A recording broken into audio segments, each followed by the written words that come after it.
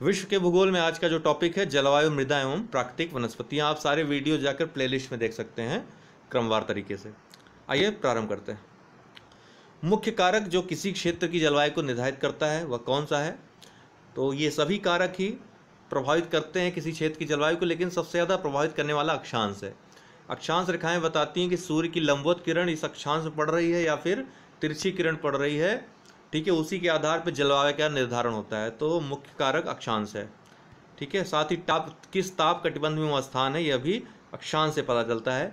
मौसम संबंधी दीर्घकालीन दशाओं के औसत को जलवायु कहते हैं। जलवायु को निर्धारित करने वाले कारक अक्षांश, समुद्र तल से ऊंचाई, समुद्र से दूरी, प्रचलित पवनें, मेघाच्छादन, समुद्री जलधाराएं, पर्वतमालाओं की स्थिति, भूमि का ढाल, वानस्पतिक आवरण आदि हैं।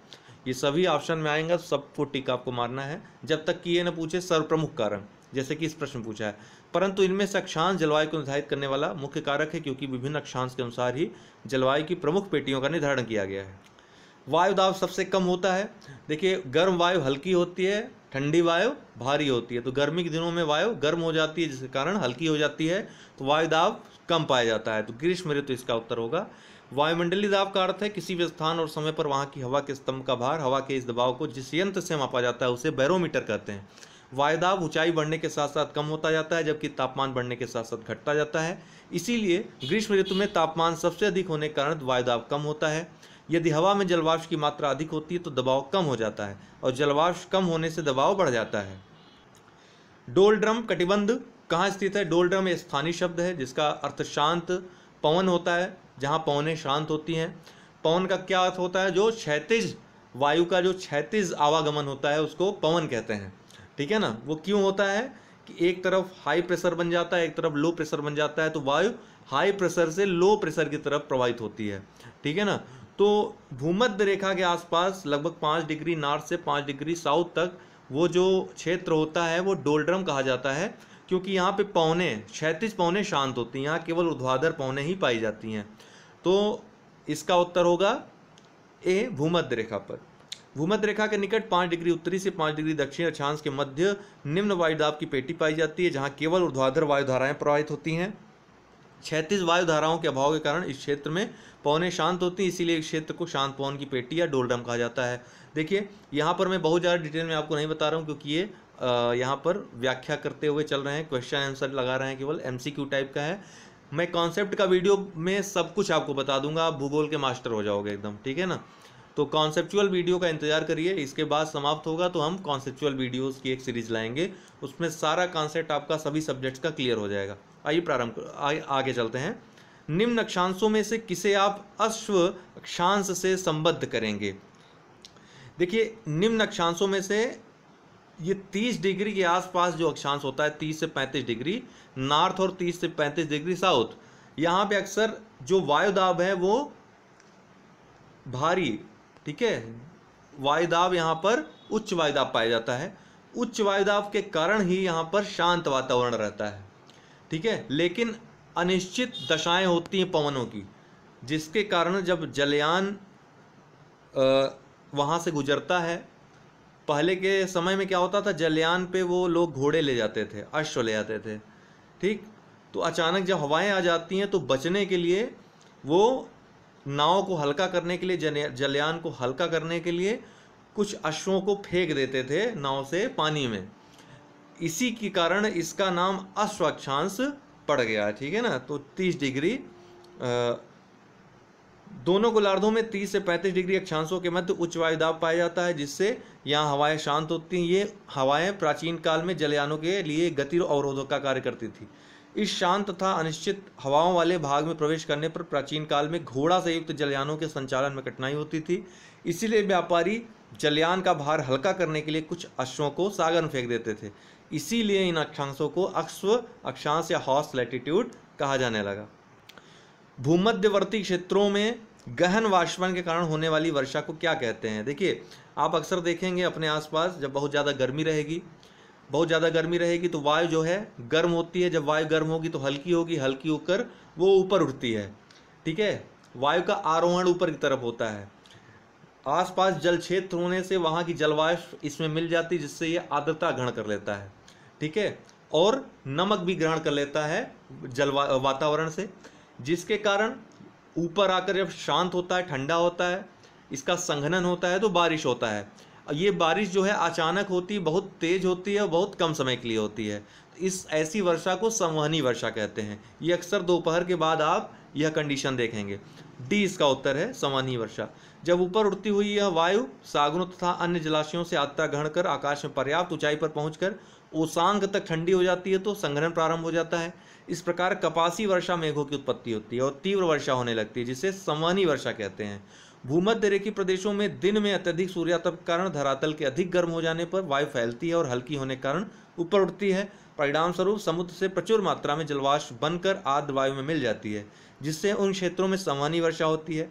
इस प्रकार की वर्षा प्रायः दोपहर के बाद प्रारंभ होती है।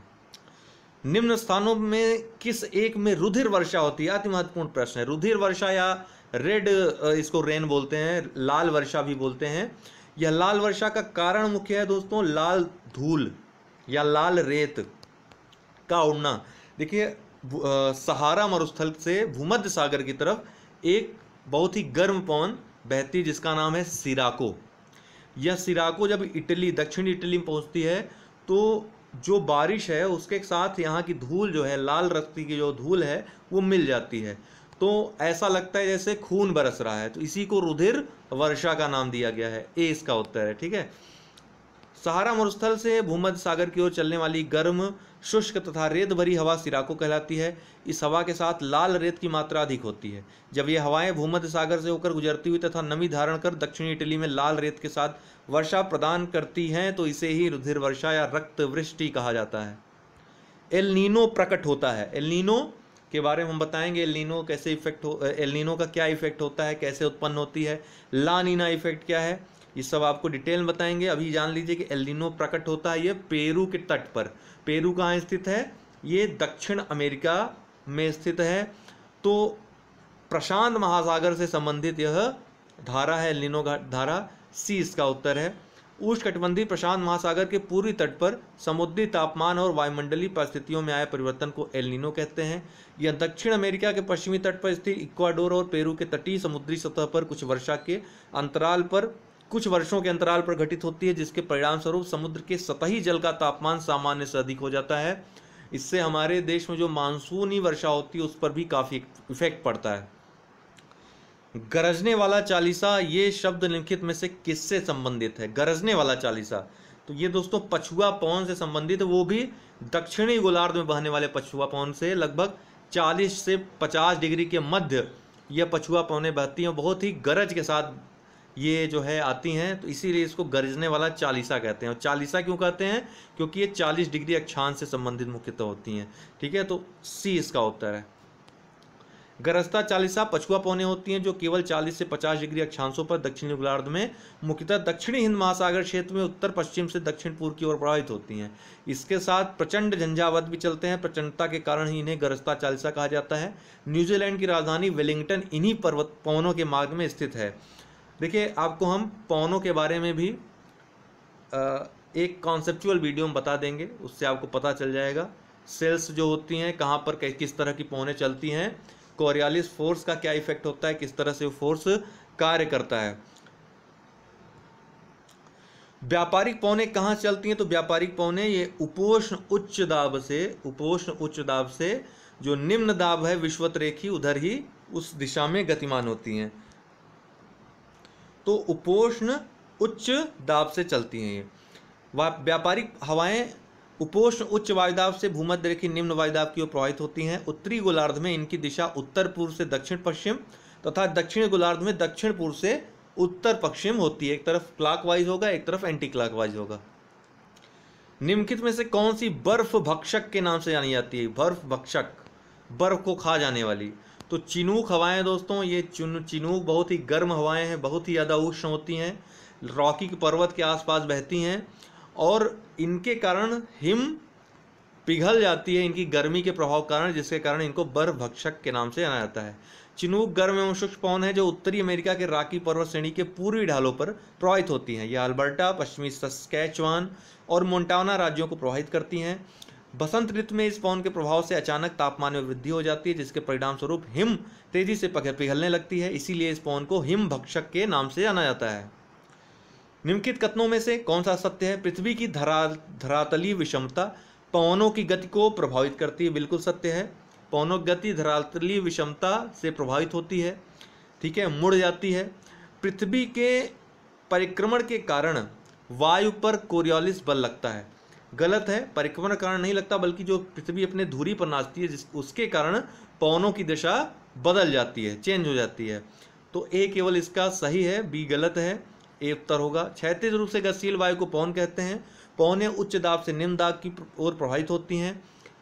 भूतल पर धरातलीय विषमताओं के कारण घर्षण पैदा होता है जो पवनों की गति को प्रभावित करता है। जब पृथ्वी के घूर्णन के कारण पवनें अपनी मूल दिशा से विक्षेपित हो जाती हैं तो उसे कोरियोलिस बल कहा जाता है। विषुवत वृत्त पर कोरियोलिस बल शून्य होता है और पवनें समदाब रेखाओं के समकोण पर प्रभावित होती हैं। यही कारण है कि विषुवत वृत्त के निकट उष्णकटिबंधीय चक्रवातों का अभाव पाया जाता है, जिसके कारण इसको डोलड्रम कहा जाता है। तो समझ लीजिए, जो सूर्य के चारों ओर पृथ्वी चक्कर लगाती है इसको परिक्रमण कहते हैं, ठीक है ना। और जो अपनी धुरी पर चक्कर लगाती है उसको परिभ्रमण कहते हैं या घूर्णन कहते हैं। तो घूर्णन के कारण जो है कोरियोलिस फोर्स कार्य करता है। निम्नलिखित कथनों में से कौन सा सत्य है? पृथ्वी की धरातलीय विषमता पवनों की गति को, अच्छा ये तो हो गया। किस प्रकार के वन प्रदेश को विश्व का फलोद्यान, फल का उद्यान कहते हैं? तो भूमध्य सागरीय वनों को। यहाँ पर लगभग सभी सीट्रिक फल जो हैं वो पाए जाते हैं, संतरा, अंगूर वगैरह, खजूर वगैरह पाया जाता है। 12 का डी इसका उत्तर होगा, ठीक है। भूमध्य सागरीय वन प्रदेश को फलों की कृषि के कारण विश्व का फलोद्यान भी कहा जाता है। इन क्षेत्रों में आमतौर पर संतरा, अंजीर, जैतून, अंगूर जैसे फलों की खेती की जाती है। मुख्यतः यहाँ पर खजूर, सॉरी मुंह से निकल गया, खजूर नहीं, सीट्रिक फल मुख्यतः यहाँ पाए जाते हैं, ठीक है ना। डी इसका उत्तर है, भूमध्य सागरीय वन। पहाड़ी ढालों पर मृदा अपरदन को रोकने के लिए निम्न में से कौन सी विधि सबसे उपयुक्त है? तो समोच्च रेखी जुताई, याद रखिए कई बार पूछा गया है, गलत करके चले आए हैं। तो समोच्च रेखी जुताई सबसे ज़्यादा उपयुक्त है। समोच्च रेखी में क्या होता है कि इस तरह से मेड़े बना दी जाती हैं जिसके कारण जल के बहाव के कारण मृदा अपरदन नहीं होता है, ठीक है ना। तो समोच्च रेखी जुताई। पर्वतीय ढालों पर समोच्च रेखी जुताई मृदा अपरदन रोकने की सबसे उपयुक्त विधि है। किसी पहाड़ी ढाल पर समोच्च रेखाओं के समांतर जुताई ढाल से नीचे बहते जल के लिए एक प्राकृतिक अवरोध का निर्माण करती है, जबकि तटीय और शुष्क प्रदेशों में पवनों की गति को रोकने के लिए वृक्षों को कतारों में लगाया जाता है ताकि मृदा आवरण को बचाया जा सके। किससे? पवनों से। इस विधि को क्या कहते हैं? रक्षक मेखला विधि। ये पवनों से रक्षा करती है मृदा अपरदन की, ठीक है ना। तो याद रखिएगा, रक्षक मेखला विधि और समोच्च रेखी जुताई में अंतर होता है। अंतर उष्णकटिबंधीय अभिसरण क्षेत्र प्रायः कहाँ पे होता है? तो आप जानते हैं, आपको हमने बताया अभी, उपोष्णकटिबंधीय जो क्षेत्र होता है वहाँ पर वायुदाब उच्च पाया जाता है, विषुवत रेखा में वायुदाब निम्न होता है। तो ये पवनें जो हैं व्यापारिक पवनें कहलाती हैं। व्यापारिक पवनें उत्तर जो दिशा में बहती हैं, जो उत्तरी गोलार्ध में बहती हैं वो भी विषुवत रेखा की तरफ चलती हैं, और जो दक्षिण गोलार्ध में बहती हैं वो भी विषुवत रेखा की तरफ चलती हैं। उच्च दाब निम्न दाब वायुदाब कारण, ठीक है, यहाँ पे उच्च वायुदाब होता है, यहाँ निम्न वायुदाब होता है। तो ये पवनें यहाँ पर आकर मिल जाती हैं, व्यापारिक पवनें, ठीक है ना। तो इसी को कहते हैं व्यापारिक पवनों के अभिसरण का क्षेत्र, ITCZ इसको बोला जाता है इस क्षेत्र को, ठीक है ना। अंतर उष्णकटिबंधीय अभिसरण क्षेत्र इसको कहा जाता है। तो ये विषुवत रेखा के निकट होता है। अंतर उष्णकटिबंधीय अभिसरण क्षेत्र विषुवत वृत्त के निकट पाए जाने वाला वह क्षेत्र है जहां उत्तर पूर्वी और दक्षिण पूर्वी व्यापारिक पवनें मिलती हैं। इन दोनों पवनों के मिलने से विषुवतीय पछुआ पवनों की उत्पत्ति होती है। उष्णकटिबंधीय चक्रवात के संबंध में चक्रवात का लैंडफॉल कहलाता है। चक्रवात का लैंडफॉल क्या कहलाता है? चक्रवात का समुद्री तट को पार करके स्थल पर पहुंचना। ये समुद्र में काफी तीव्र होते हैं चक्रवात, स्थल पर पहुंचकर क्षीण हो जाते हैं, कमजोर हो जाते हैं, ठीक है। तो इसको लैंडफॉल, चक्रवात का लैंडफॉल कहा जाता है। कर्क रेखा और मकर रेखा के मध्य दोनों गोलार्धों में 5 डिग्री से 25 डिग्री अक्षांशों के मध्य उष्णकटिबंधीय चक्रवातों की उत्पत्ति होती है। ये सागरों के ऊपर सर्वाधिक सक्रिय होते हैं परंतु स्थल पर पहुंचते पहुंचते क्षीण हो जाते हैं, इसीलिए ये महाद्वीपों के तटीय भागों पर अधिक प्रभावी रहते हैं। वह स्थान जहां से उष्णकटिबंधीय चक्रवात समुद्री तट को पार करके स्थल पर पहुंचते हैं चक्रवात का लैंडफॉल कहलाता है। उष्णकटिबंधीय चक्रवात को संयुक्त राज्य अमेरिका में हरिकेन तथा चीन में टाइफून कहा जाता है। निम्नलिखित में से किन कारकों पर वनस्पति की वृद्धि निर्भर करती है? तो सभी निर्भर करती है, तापमान, नमी, मिट्टी की परत की मोटाई। तो उपयुक्त सभी इसका उत्तर होगा। वनस्पति की वृद्धि तापमान एवं आर्द्रता पर निर्भर करती है। इसके अतिरिक्त यह ढाल एवं मिट्टी की परत की मोटाई जैसे कारकों पर निर्भर करती है। किसी स्थान की ऊंचाई एवं वनस्पति की विशेषताएं एक दूसरे से संबंधित हैं। ऊंचाई में परिवर्तन के साथ तापमान एवं आर्द्रता में परिवर्तन होता है। इसके कारण प्राकृतिक वनस्पति में भी परिवर्तन आते हैं। उष्णकटिबंधीय पर्णपाती वनों के संदर्भ में नीचे दिए गए कथनों में से कौन से कथन सत्य हैं? तो दोनों कथन सत्य हैं। उष्णकटिबंधीय पर्णपाती वन मानसूनी वन होते हैं। और दूसरा है, इन वनों के वृक्ष जल संरक्षित करने के लिए शुष्क मौसम में अपनी पत्तियां त्याग देते हैं, इसीलिए इनको पर्णपाती कहते हैं। ठीक है, तो ये मानसूनी टाइप के वन होते हैं और शुष्क मौसम में अपनी पत्तियां त्याग देते हैं, दोनों सही है। उष्णकटिबंधीय पर्णपाती वन मानसूनी वन होते हैं जो भारत, उत्तरी ऑस्ट्रेलिया एवं मध्य अमेरिका के विस्तृत भागों में पाए जाते हैं। इन क्षेत्रों में मौसमी परिवर्तन होते रहते हैं। शुष्क मौसम में जल संरक्षित करने के लिए यहाँ के वृक्ष अपनी पत्तियां गिरा देते हैं। तो दोस्तों 2 चैप्टर और बाकी है, कल ख़त्म हो जाएगा विश्व का भूगोल, फिर इतिहास स्टार्ट होगा। आप लोग इतिहास वाला बिल्कुल मिस मत करिएगा, बहुत रोचक है। तो आज के लिए इतना ही, बहुत बहुत धन्यवाद।